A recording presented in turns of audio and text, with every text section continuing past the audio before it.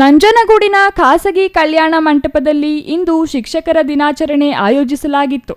ಕಾರ್ಯಕ್ರಮ ಉದ್ಘಾಟಿಸಿ ಶಾಸಕ ದರ್ಶನ್ ಧ್ರುವನಾರಾಯಣ್ ಮಾತನಾಡಿ, ವಕೀಲನಾಗಿ ಶಾಸಕನಾಗಿ ನಿಲ್ಲಲು ಶಿಕ್ಷಕರೇ ಪ್ರಮುಖ ಕಾರಣ.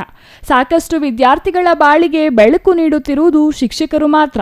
ಮಕ್ಕಳು ಅವರ ಪೋಷಕರ ಜೊತೆ ಇರುವುದಕ್ಕಿಂತ ಶಿಕ್ಷಕರ ಜೊತೆ ಇರುವುದನ್ನು ಹೆಚ್ಚು ಕಾಣಬಹುದು. ಪ್ರತಿಯೊಬ್ಬ ಶಿಕ್ಷಕ ಆದರ್ಶ ಶಿಕ್ಷಕರಾಗಿ ಸೇವೆ ಸಲ್ಲಿಸಿದಾಗ ಮಾತ್ರ ಶಿಕ್ಷಣಕ್ಕೆ ಮತ್ತು ಗುರುಗಳಿಗೆ ಗೌರವ ಲಭಿಸುತ್ತದೆ ಎಂದು ತಿಳಿಸಿದರು. OPS ಕೇಳುವುದು ಶಿಕ್ಷಕರ ಹಕ್ಕಾಗಿದೆ. ಈ ಬಗ್ಗೆ ಮುಖ್ಯಮಂತ್ರಿ ಸಿದ್ದರಾಮಯ್ಯ ಅವರು ಪರಿಗಣನೆ ತೆಗೆದುಕೊಂಡಿದ್ದಾರೆ. ಮುಂದಿನ ದಿನಗಳಲ್ಲಿ OPS ಜಾರಿಯಾಗಲಿದೆ. ನಂಜನಗೂಡಿನಲ್ಲಿ ಗುರುಭವನ ನಿರ್ಮಾಣ ಮಾಡಲು ಈಗಾಗಲೇ 5 ಕೋಟಿ ರು ಅನುದಾನ ನೀಡಲಾಗಿದೆ. ಮುಖ್ಯಮಂತ್ರಿಗಳ ಜೊತೆ ಚರ್ಚೆ ಮಾಡಿ ಇನ್ನೂ ಹೆಚ್ಚು ಅನುದಾನ ತಂದು ಉತ್ತಮವಾಗಿ ಗುರುಭವನ ಕಟ್ಟಡವನ್ನು ನಿರ್ಮಾಣ ಮಾಡುವುದಾಗಿ ಭರವಸೆ ನೀಡಿದರು.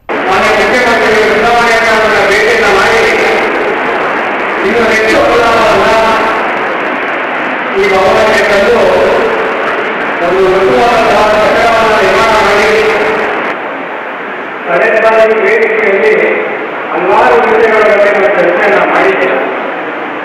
ಅದನ್ನು ವಿಶೇಷವಾಗಿ OPS ಬಗ್ಗೆ ನಾವು ಚರ್ಚೆಯನ್ನು ಮಾಡಿದ್ದೇವೆ. ಅವತ್ತು ಕೂಡ ಹೇಳಿದ್ದೇವೆ, OPS ಅನ್ನೋದು ಅದು ಸೀಮಾ ಫಂಡಮೆಂಟಲ್ ರೈಟ್. ಅದಕ್ಕೆ ಪೂರಕವಾಗಿ ಮುಖ್ಯಮಂತ್ರಿಗಳು ಕೂಡ ಈ ಬಗ್ಗೆ ತುಂಬಾ ಸೀರಿಯಸ್ ಆಗಿ ಪರಿಗಣನೆಯನ್ನು ತಗೊಂಡು ಈಗಾಗಲೇ ಕಮಿಟಿ ಕೂಡ ಫಾರ್ಮ್ ಮಾಡಿದೆ. ಅತಿ ಶೀಘ್ರದಲ್ಲಿ OPS ಕೂಡ ಜಾರಿ ಆಗಿದೆ. ಅದು ನಮಗೆ ಜೊತೆಗೆ ಕಳೆದ ಬಾರಿ ಒಂದು ಉತ್ತಮವಾದಂತಹ ಕಟ್ಟಡವನ್ನು ಗುರುಭವನವನ್ನು ನಾವು ಮಾಡಿಕೊಡಬೇಕು ವಿನಂತಿಯನ್ನು ಮಾಡಿದ್ದೀವಿ. ಅದಕ್ಕೆ ಪೂರಕವಾಗಿ ಈಗಾಗಲೇ ನಾವು ಮಾತನಾಡಬಹುದು. ತಾಲೂಕಿನಲ್ಲಿ ಕಾರ್ಯನಿರ್ವಹಿಸಿ ನಿವೃತ್ತಿ ಪಡೆದ ನಿವೃತ್ತ ಶಿಕ್ಷಕರಿಗೆ ಗೌರವಿಸಲಾಯಿತು.